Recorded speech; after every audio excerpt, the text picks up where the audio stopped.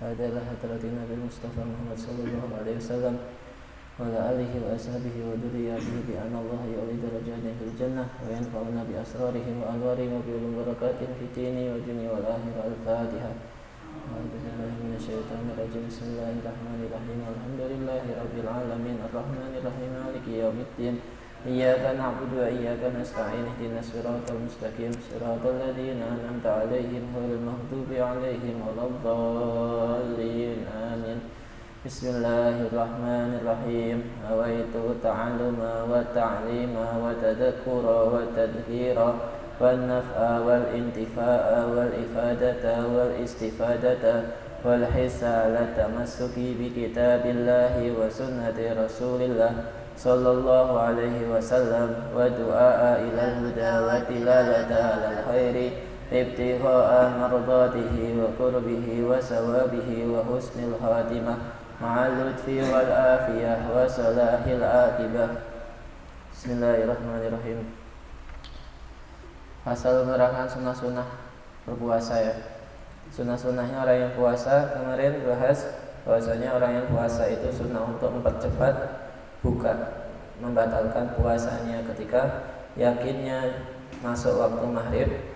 Lalu disunahkan juga berbuka dengan menggunakan kurma 3 biji kurma, 3 buah bukan 3 biji. Kalau 3 biji jangan, 3 butir kurma. Kalau nggak ada 3 butir, minimal 1 butir. Afdalnya 3. Terus kalau nggak 2, kalau nggak 2 ya 1. Kalau 4 gimana? Yang keempat nggak dapat sunnah, 3 yang dapat sunnah. Terus kalau nggak ada kurma, fa'in ajaza, kalau nggak ada kurma, anirutobi wa tamri, kalau nggak ada kurma gimana? Falma, maka bukanya pakai air, batalinya pakai air, jangan pakai langsung gorengan. Waduh, panas perutnya, pakainya air. Nah, kalau misalnya waladhi yusannu fituna barihi, kalau selain air nggak ada air, maka pakai halwa. Halwa itu manisan yang nggak dimasak, yang nggak kena api. Kayak apa contohnya? Ya buah-buahan ya, buah mangga atau buah ya yang manis-manis. Kalau misalnya nggak ada halwa ya, nggak ada sesuatu yang manis yang tanpa tersentuh api, maka pakai manisan yang dimasak nggak apa-apa, kayak kolak. Ya ubi ya boleh gitu ya. Jadi kalau misalnya pertama paling derajat yang awal itu kurma kering, kurma basah, kurma kering. Kalau nggak kurma, air. Kalau nggak air, manisan. Kalau nggak manisan, manisan yang kena masak, kolak atau yang lain-lain, singkong. Kalau nggak ada, ya udah, nggak bisa buka ya, enggak lah, pakai yang gorengan-gorengan gitu nggak apa-apa. Fa'in ajazani salas fatamro, kalau nggak mampu 3, 1 kurma, aurutbah, aurutbah, yahsul lahu aslu sunnah. Fa'in ajaza, kalau nggak mampu untuk menggunakan kurma yang basah atau kurma kering, falma, maka pakai air. Alladhi huwaladhi yusannu fitru alaih duna ghairihi hilafan lirawiyani haitsu qaddama alahil halwa.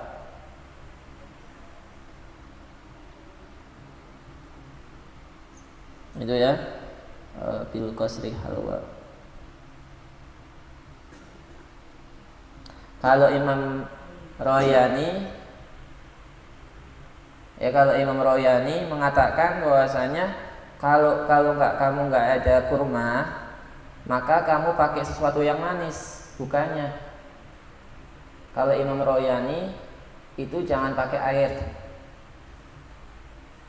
tapi sesuatu yang manis. mau pakai manisan, permen atau apa, ya.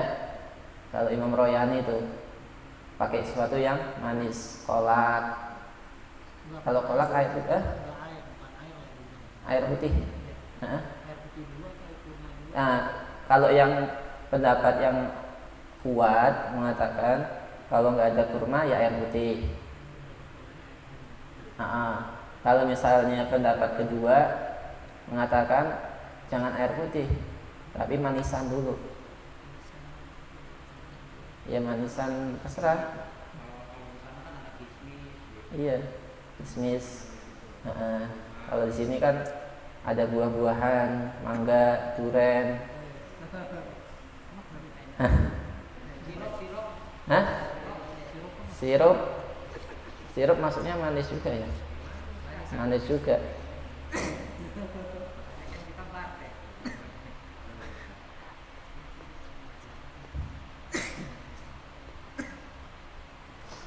Terus wa yustahabu ayakula indahu, dan juga sunnah ketika berbuka doa Allahumma lakasumtu wa bika amantu ala rizqika aftartu bi rahmatika ya arhamar rahimin. Ditambah lagi Allahumma dhahaba dhamma wa abtalatil uruq wa sabatul ajru insyaallah.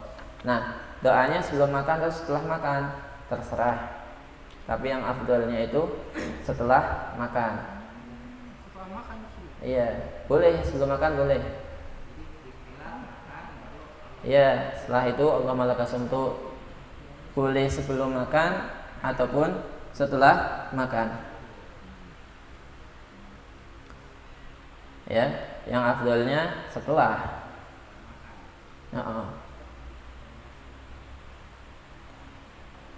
Kalau misalnya ngomong Allahumma lakasumtu sebelum makan, artinya Allahumma ya Allah, laka karenamu, sumtu ya saya berpuasa, wa ala rizkika dan atas rizkimu, aftartu saya akan berbuka. Padahal lafal aftartu itu asli maknanya adalah sudah berbuka. Lakasumtu saya sudah puasa, aslinya gitu. Tapi kalau mau dibaca sebelum kamu membatalkan puasa nggak masalah. Kalau setelahnya itu lebih utama. Jadi habis makan bismillah. Ya sebelum makan doa dulu kan mustajab kan. Doa, setelah itu berbuka. Habis itu langsung doa Allahumma lakasumtu wa la rizqika aftartu. Ya, itu. Dhahaba dhamma wa abtalatul uruq wa sabatul ajru insyaallah taala. Lil ittiba fihima. Ya, kamu mau baca doanya sampai Allahumma lakasumtu wa bika amantu doang ya boleh. Mau ditambahi lagi ya boleh. Dhahaba dhamma wa sabatul ajru insyaallah. Itu ya boleh juga. Jadi itu. Terus dua-duanya dinukil dari Rasulullah. Itu yang dhahaba dhamma wa abtalatul uruq wa sabatul ajru insyaallah taala. Dan ittiba fihima. Terus wa yustahabu dan disunahkan selanjutnya taftiru shaimin. Nah, ini nih kesempatan nih bagi orang yang berbuka untuk memberi makan orang yang puasa. Orang kalau memberi makan orang yang puasa ketika untuk berbukanya dia itu dapat pahalanya orang yang puasa. Double. Ya kalau yang dia kasih makan orang dua, berarti dua orang itu pahalanya juga dia dapat. Walaupun seandainya nih orang yang dia kasih makan itu puasanya nggak dapat pahala. Misal yang berbuka bersama di masjid. Nah, misal itu di masjid atau di mana? Nah, orang yang kita beri makanan berbuka itu, kita kasih makan berbuka itu misalnya orangnya maksiat waktu puasa, kan pahalanya nggak ada. Walaupun mereka gak ada pahalanya, kita tetap dapat pahalanya sempurna. Makanya fadilahnya besar banget. Ngasih makan orang untuk berbuka puasa itu fadilahnya gede banget. Gak apa, ngasih mentah yang iya sama aja.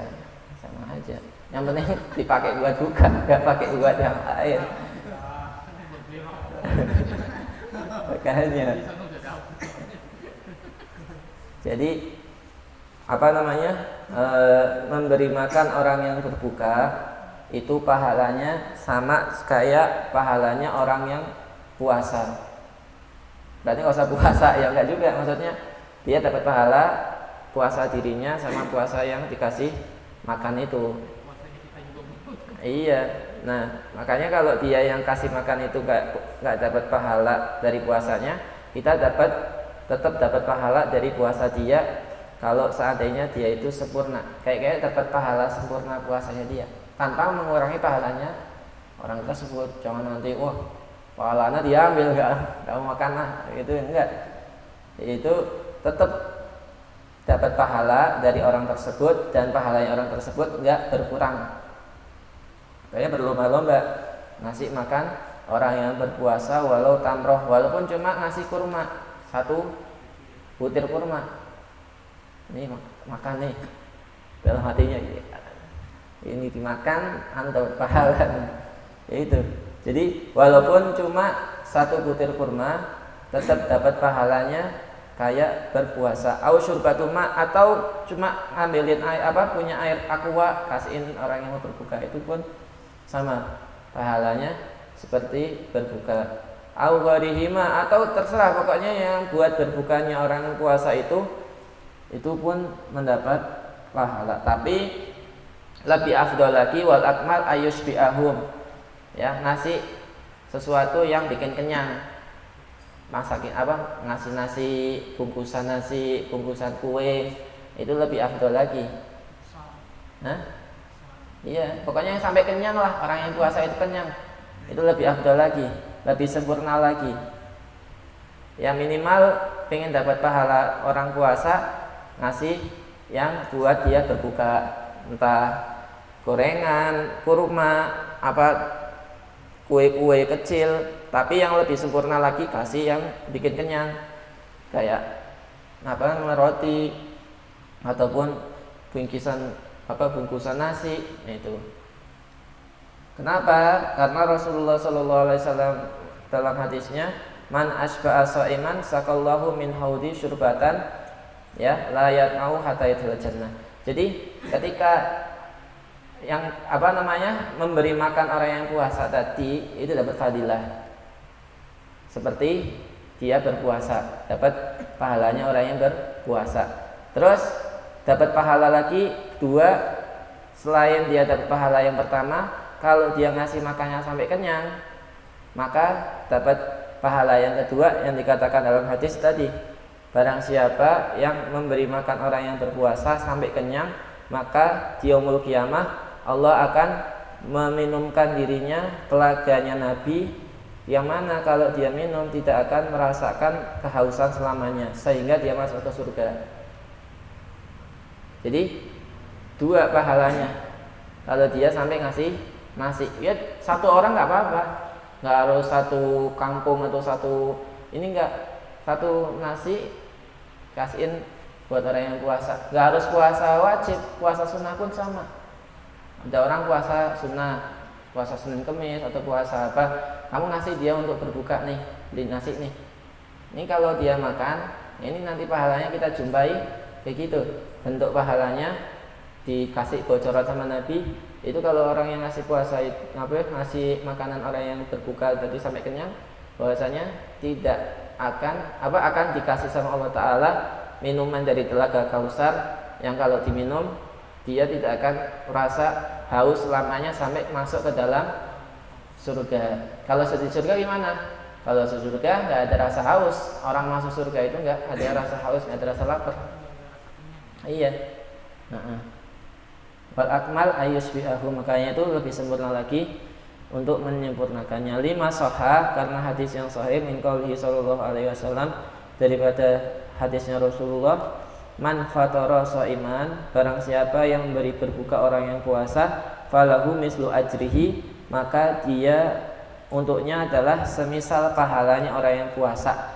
Wala yanqus min ajri shaim wala yanqusu min ajri shaim syai'un, dan tidak dikurangi dari pahalanya orang yang puasa tadi. Tetap orang yang puasa tadi mendapatkan pahalanya.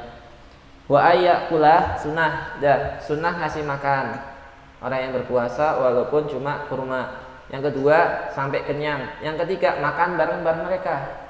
Itu sunnah yang ketiga. Sunnah yang pertama kita ngasih makan sampai kenyang, itu sunnah kedua. Sunnah yang ketiga makannya bareng mereka. Itu wa ayakula ma'ahum, dan makan ma'ahum bersama orang yang berbuka. Li'annahu, karena itu al-yaku lebih layak bitawadu'i, dengan tawadu. Wa ablahu, dan lebih fi jabril qalbi, untuk menyenangkan hatinya orang yang puasa tersebut. Gitu ya. Jadi ketika kita kasih makan tadi, kita bareng makan bareng mereka, itu mereka senang juga. Nah, dengan itu dapat 3 sunnah. Terus wa yustahabu, nah itu tadi berbuka. Jadi berbuka itu sunnah berbuka dengan kurma. Terus berbukanya dipercepat, tidak menunda-nunda buka. Terus mengasih makan orang yang berbuka, makan bareng orang berbuka, ngasih makannya sampai kenyang. Terus yang keenam apa tadi?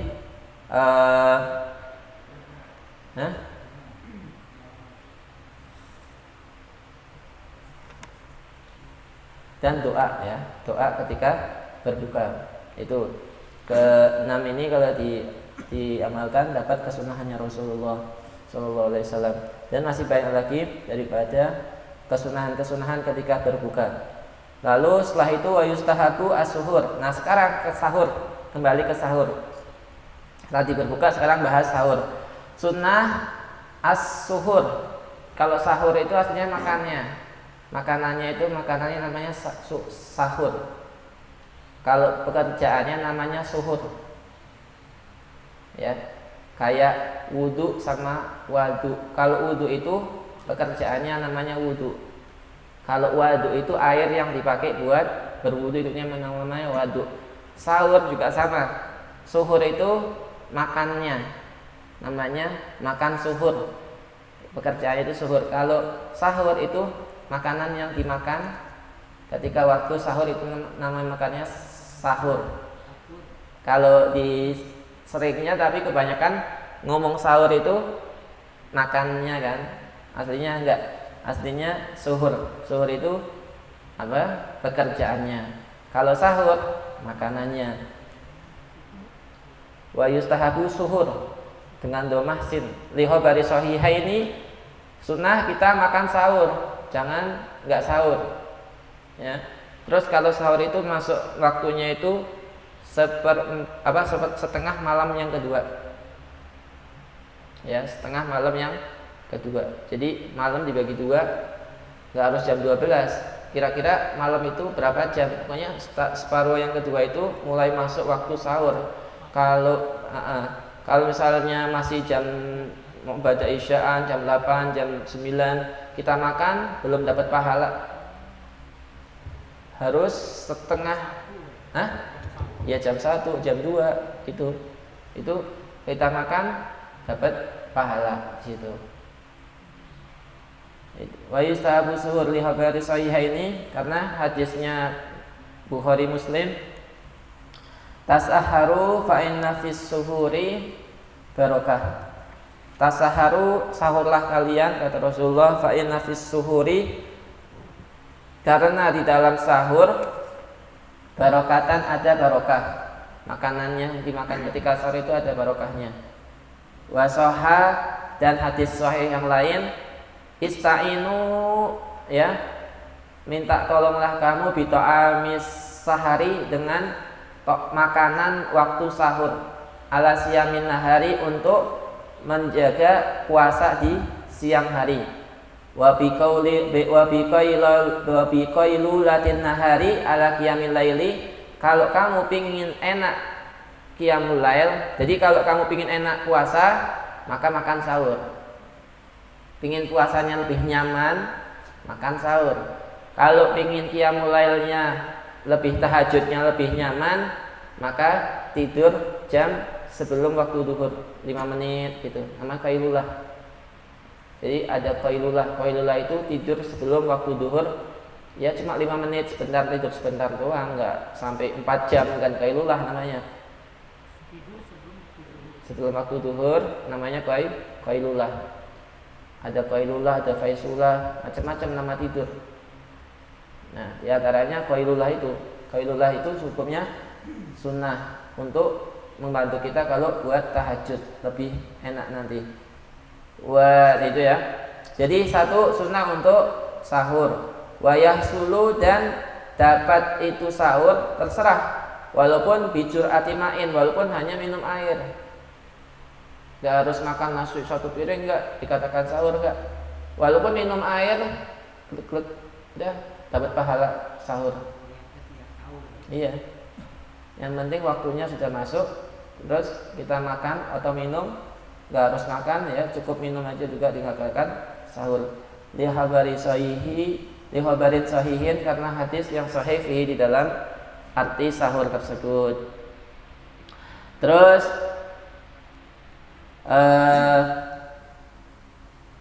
wal afdol, tapi yang utamanya kalau kita sahur ayakuna bitamr, juga pakai kurma. Kalau kita berbuka sunnah pakai kurma, sahur pun sunnah pakai kurma, sama kayak berbuka. Jadi nggak hanya berbuka yang sunnah pakai kurma, sahur pun juga sunnah pakai kurma. Ayakuna bitamr li khabarin fihi fi sahih Ibnu Hibban, ya. Pokoknya hadis semuanya berdasarkan dengan hadis. Wa yusanu, dan sunahkan takhiruhu, mengakhirkan sahur. Kalau tadi berbuka sunnah untuk mempercepat berbuka. Kalau sahur itu kebalikannya, sunnah untuk diakhirkan sampai tidak masuk waktu imsak. Kalau kita waktu imsak, kita makan waktu imsak, ya itu hukumnya makruh. Enggak apa-apa makan waktu imsak, coba makruh. Kalau bisa enggak. Nah, pokoknya sunnah dimepetin waktu subuh. Minimal pokoknya kurang dari, minimal kalau baca Al-Qur'an 50 ayat itu selesai waktu subuh. Kira-kira berapa menit? Mungkin 10 menitan, ya sekitar 10 menit atau 15 menit. Sebelum waktu 10 menit nih, sunnah kita makan dulu, sudah habis itu selesai. Itu sunnahnya mengakhirkan sampai itu.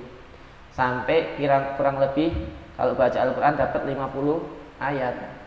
Nah, kalau mepet banget ya nggak boleh juga.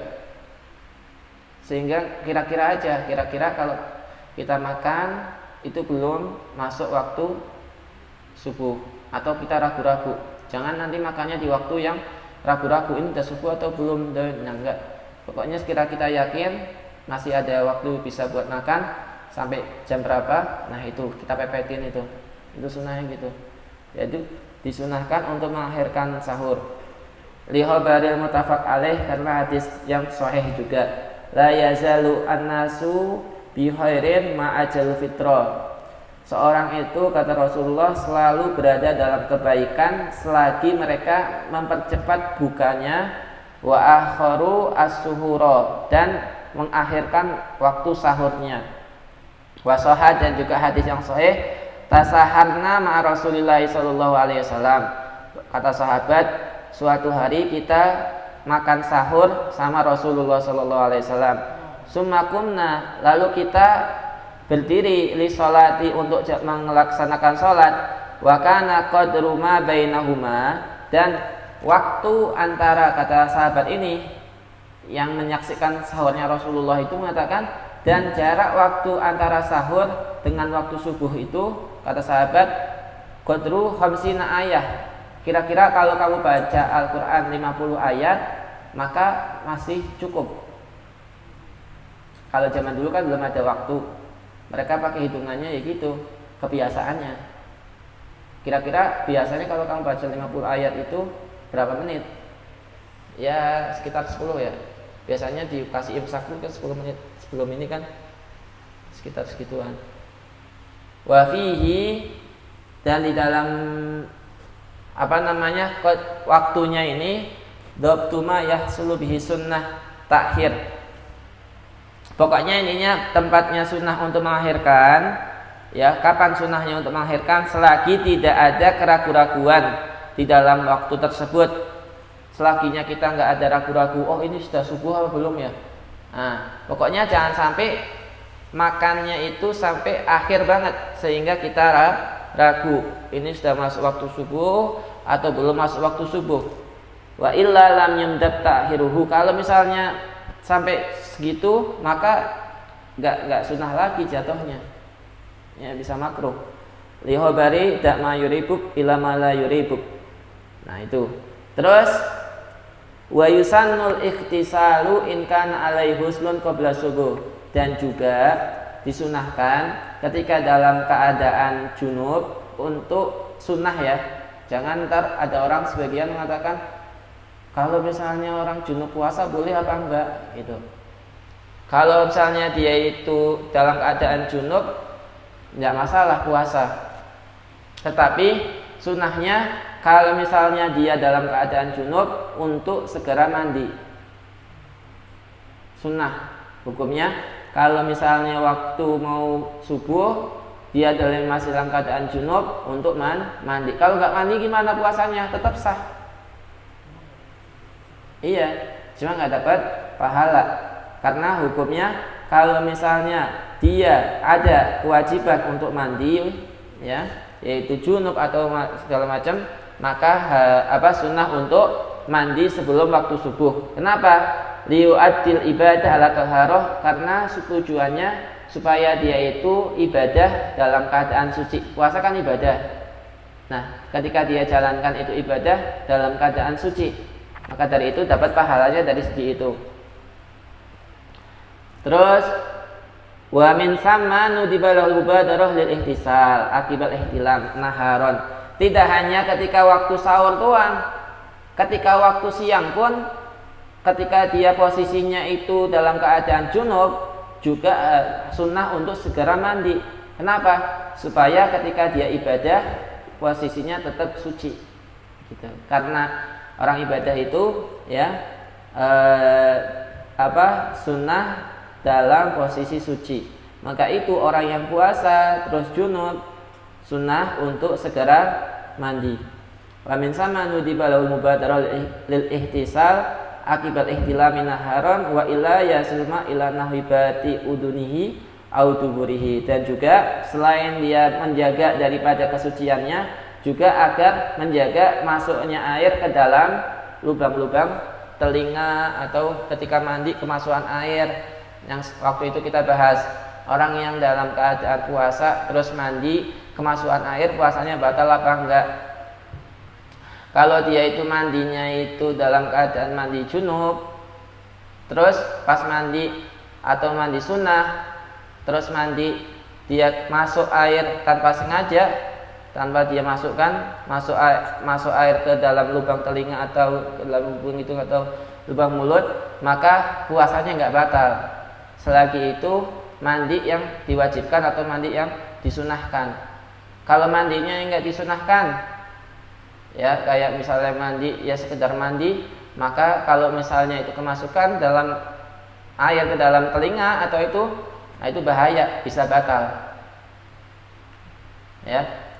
Bisa batal kalau seandainya itu mandinya bukan mandi sunnah atau mandi wajib, terus kemasukan air, itu batal. Itu kalau mandi.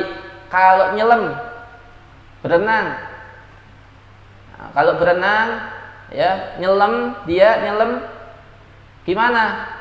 Batal seandainya masuk air ke dalam lubang telinga, lubang itu mulut atau walaupun dia itu posisinya masih mandi wajib. Ya, kalau misalnya mandi sunnah atau mandi wajib, kalau dia itu bukan nyelam pakai pancuran atau pakai gayung, kemasukan air nggak batal kalau nggak disengajain dia minum atau sengaja dia tetesin. Cuma kalau itu posisinya nyelam, ngebak, mandi nyelam gitu, nah, mau mandi sunnah mau mandi wajib, kalau masuk batal. Beda.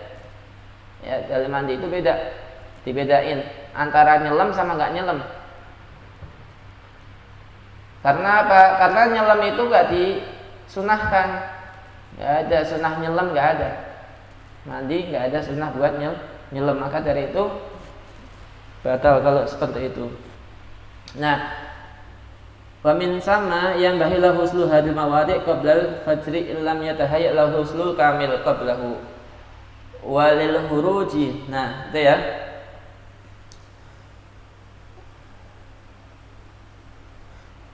Terus kalau seandainya dia itu tidak sempat untuk mandi di waktu sebelum subuh, dia nggak sempat untuk mandi, mau mandi sunnah atau mandi wajib, nggak sempat buat mandi, maka minimal tempat-tempat yang kayak misalnya lubang kemaluannya, duburnya, itu dia basuh duluan.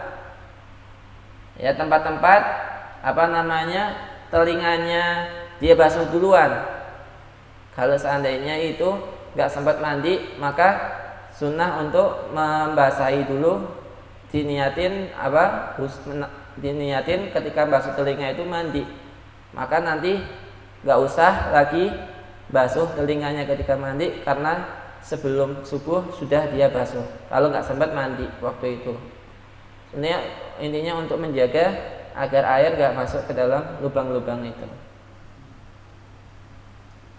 Dan juga alasannya kenapa kamu mandi sebelum subuh, disunahkan mandi sebelum subuh, walil huruj min qali Abi Hurairah radhiyallahu anhu biwujubihi.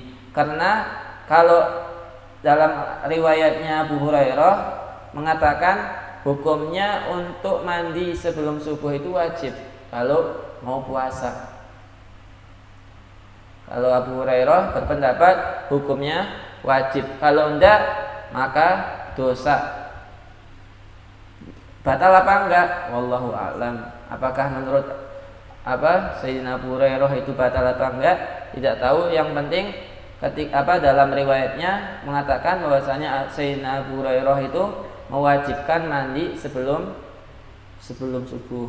Karena hadis yang diriwayatkan dari Abu Hurairah lil khabari sahih, bahwasanya ini khabar sahih, artinya diriwayatkan oleh Imam Bukhari, mengatakan man asbaha junuban fala shauma lahu. Hadisnya Abu Hurairah mengatakan barang siapa yang ketika masuk waktu subuh dalam keadaan junub, maka puasanya enggak sah. Hadisnya Sayyidina. Makanya itu penting kita mengambil hukum itu nggak langsung dari hadis. Nah, ini hadisnya jelas. Barang siapa yang waktu pagi hari dia dalam keadaan junub, maka puasanya nggak sah. Yang riwayatin Abu Hurairah. Ini hadis di Sahih Bukhari, kitab Sahih. Hadisnya sahih berarti. Terus kenapa kok ulama mengatakan nggak apa-apa puasa dalam keadaan junub? Ya, tetap sah puasanya. Nah, ternyata hadisnya sudah mansuh, hukumnya sudah dihapus karena ada hadis yang lain. Maka dari itu kalau kita kok pingin bahasa pekalan kemelitak ya, pingin sok-sokan ngambil dari hadis, bisa salah menghukumi. Ternyata ini hadis dikatakan hadisnya mansuh, yaitu hukumnya sudah dihapuskan, hukumnya nggak dipakai lagi. Ya, hadis ini diriwayatkan bahwasanya di awal Islam memang dipakai, di mana orang kalau dalam keadaan junub itu nggak sah puasanya. Lalu dihapuskan hukumnya. Walam ya'lamhu Abu Hurairah. Ketika dihapus ini hukum, Sayyidina Abu Hurairah nggak tahu ada penghapusan hukum tersebut. Fakana yufti bima alamahu, sehingga Sayyidina Abu Hurairah ya apa yang dari Rasulullah disampaikan tanpa tahu, ternyata sudah dihapus hukumnya. Hatta balahun nasih, sehingga Baru kemudian harinya sampai ke telinga Sayyidina Abu Hurairah bahwasanya hukumnya itu sudah dihapuskan. Akhirnya Sayyidina Abu Hurairah mencabut daripada fatwa hadis yang diriwayatkannya itu.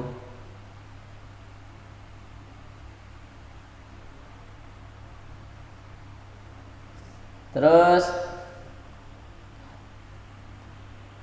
ada yang mengatakan hadisnya ditakwil.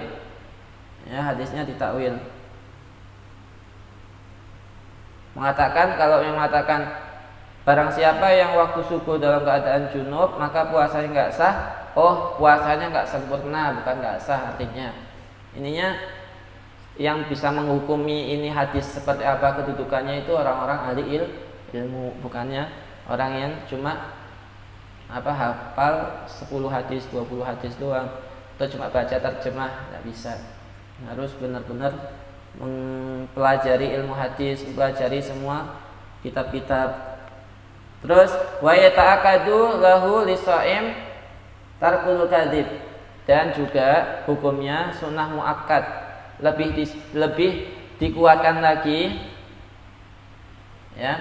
Artinya hukum meninggalkan berbohong ataupun ngerasanin orang, gibahin orang, kan hukumnya wajib kita tinggalkan. Karena orang melakukan kadzib, bohong sama gibahin orang hukumnya dosa. Ancamannya sudah dijelaskan dalam hadis.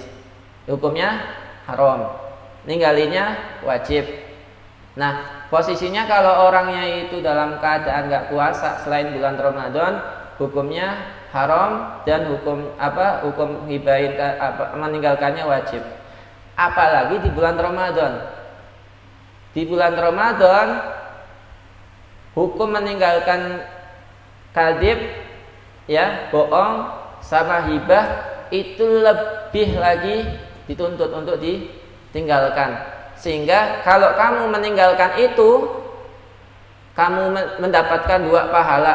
Pahala meninggalkan wajib, karena kamu meninggalkan haram, dan pahala sunnah. Ya, pahala sunnah. Yaitu fayusabu bihadza tarki, dengan meninggalkan maksiat di bulan Ramadan kamu mendapatkan 2 pahala. Pertama, pahala wajib. Wajibnya apa? Wajib menjaga lisan, lidah daripada perkara yang haram. Yang kedua, pahala sunnah. Apa pahala sunnahnya? Sunnah karena posisi kamu itu dalam keadaan puasa. Jadi orang yang puasa terus dia nggak maksiat, dapat pahala 2. Pahala posisinya dia meninggalkan haram, terus pahala keduanya karena ketika meninggalkan itu dia puasa. Jadi enak itu kalau jadi orang Islam umatnya Rasulullah, enak, banyak pahalanya. Apalagi di bulan Ramadan, nggak maksiat aja dapat pahala. Wa in ubiha fi ba'di suwar, walaupun nanti ada beberapa keadaan yang kita boleh berbohong, tapi nggak semua keadaan. Bukannya namanya apa? Bukan. Orang-orang Syiah apa namanya? Takiyah, bukan takiyah, ya. Dalam keadaan, beberapa keadaan emang diperbolehkan untuk berbohong. Ya, diantaranya ketika ada di situ orang yang mau dianiaya, lalu kita lindungin dia dengan mengatakan sesuatu yang sehingga dia itu selamatkan dari kedoliman. Nah, itu boleh. Terus wal musyatamah juga nggak boleh di dalam berpuasa, disunahkan juga dalam berpuasa untuk meninggalkan caci maki. Ya, caci maki. Itu sama pahalanya 2. Pahala meninggalkan maksiat wajib, hukumnya pahala wajib. Kedua, meninggalkannya dalam posisi dia puasa, sunnah. Terus wa hadzalika min kulli muharramin, pokoknya semua keharaman itu dia tinggalkan, itu dapat pahala 2. Li'annahu yuhbitus shawab. Kenapa? Alasannya karena 1, kalau dia itu maksiat dia dapat dosa. Yang kedua, kalau dia maksiatnya ketika dia puasa, maka itu maksiat menghancurkan pahala puasa. Kama sarahu bihi, seperti yang dijelaskan oleh para ulama lil akhbari as-sahihah, hadis-hadis yang sahih ad-dalati ala dzalik, yang menunjukkan atas itu semua, yaitu menghapuskan amal, menghapuskan pahala kalau kita puasa terus maksiat. Dalam satu riwayat, ketika ada orang perempuan di zamannya Rasulullah itu, dia dalam keadaan puasa, lalu dia lemes puasanya, gak kuat, sehingga salah satu keluarganya datang ke Rasulullah minta agar kedua perempuan ini diperbolehkan untuk berbuka. Kata Rasulullah, tidak boleh. Akhirnya ini sudah gak kuat, Rasulullah sudah bawa kemari orang perempuannya itu. Akhirnya dibawa ke Rasulullah. Sama Rasulullah suruh ngambilin baskom, wadah. Ketika diambilkan wadah, dihadapkan kedua orang perempuan itu, suruh Rasulullah, orang perempuan itu disuruh muntah. Waktu muntah, ternyata yang dimuntah ini daging yang busuk. Daging yang busuk, pokoknya kotoran-kotoran itu keluar dari mulutnya. Padahal dia nggak makan daging malam itu, tapi yang keluar daging busuk, yang baunya luar biasa. Apa yang kamu lakukan? Rasulullah, ternyata kedua orang perempuan ini ketika puasa dia gibahin, ngomongin tetangganya. Jadi dosanya itu dinampakkan langsung sebagai pelajaran. Jadi ketika dimuntahin, posisinya itu yang keluar adalah daging yang busuk. Yaitu semua orang gibahin, kalau seandainya dinampakkan itu dosanya, maka ya yang keluar adalah daging yang busuk tersebut. Dan lain-lain, setiap dosa pasti ada akibatnya nanti di akhirat tersebut. Wa yusanu lahu tarku syahwat, dan disunahkan untuk orang yang berpuasa untuk meninggalkan syahwat al-mubahah, yang mubah. Syahwat yang mubah itu disunahkan ditinggalkan untuk orang yang berpuasa. Artinya dia mencegah dirinya untuk melakukan sesuatu yang di situ kesenangan untuk hawa nafsunya, walaupun itu mubah. Aila tubtilus saum, yaitu apapun bentuknya yang enggak membatalkan puasa, minataladudi, dari sesuatu yang enak. Bimasmu'in, dengan mendengarkan, ya, seperti mendengarkan lagu-lagu, sunnah ditinggalkan ketika puasa, ya, sunnah untuk enggak dengerin lagu-lagu. Ini dengerin lagu-lagu apa aja, ya, lagu-lagu band, lagu-lagu apa, itu ditinggalkan waktu puasa. Terus wa mubsirin, wa mabsurin, dan pandangan, ya, sunnah. Misalnya melihat televisi, melihat, ya, pokoknya yang menghibur lah, sesuatu yang menghibur. Terus wamal musin, atau sesuatu yang dipegang. Wamashmumin, atau sesuatu yang dicium. Mencium minyak wangi di waktu puasa itu sunnah ditinggalkan. Ya. Jadi apapun yang berbentuk kenikmatan, yang syahwat, ya, yang kenikmatan itu yang mubah, yang enggak sampai membatalkan puasa, itu disunahkan untuk ditinggalkan bagi orang yang puasa. Terus kasumiroihan, mencium aroma yang wangi. Walamsihi, atau misalnya make, ya, kayak hand body, kayak itu. Terus wanadori ilaihi, atau melihat pada sesuatu yang menghibur. Lima fidzalika minat tarofuh, karena semuanya itu termasuk daripada masalah tarofuh. Tarofuh itu ya hiburan, sesuatu yang ada hiburan, sesuatu yang ada kenikmatan di situ, yang tidak sampai membatalkan puasa ataupun haram, di situ harus sunnah dijauhin bagi orang yang puasa. Terus kenapa? Li'anna min litar alladzi la yunasibu hikmata shaum, karena itu semua tidak pantas, ya, tidak sesuai dengan hikmahnya orang yang berpuasa, yaitu apa? Yaitu menahan hawa nafsunya, sehingga benar-benar hawa nafsunya itu terkerangkeng gitu loh. Benar-benar nggak dikeluarkan sama sekali dalam segala sisi, dia hawa nafsunya ditekep. Nah, itu hikmah daripada puasa. Puasa itu seperti itu hakikatnya, itu dia menahan dari segala bentuk hawa nafsunya. Ya, min babil fadail, ya, kesunahannya seperti itu. Kalau bisa ya sekali-kali lah, nggak usah nonton TV, nggak usah pakai handphone. Ya kalau hajat kebutuhan buat kerja ya masalah, ya buat nonton atau apa di waktu puasa di stop dulu. Iya.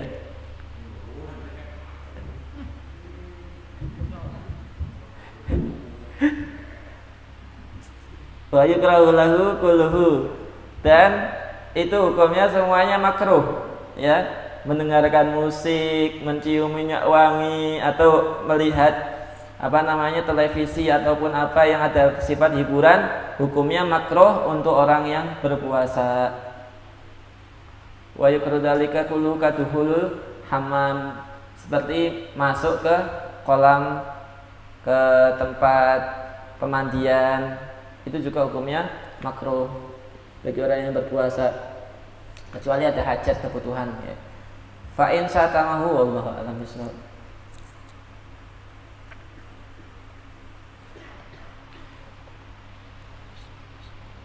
Al-Fatihah.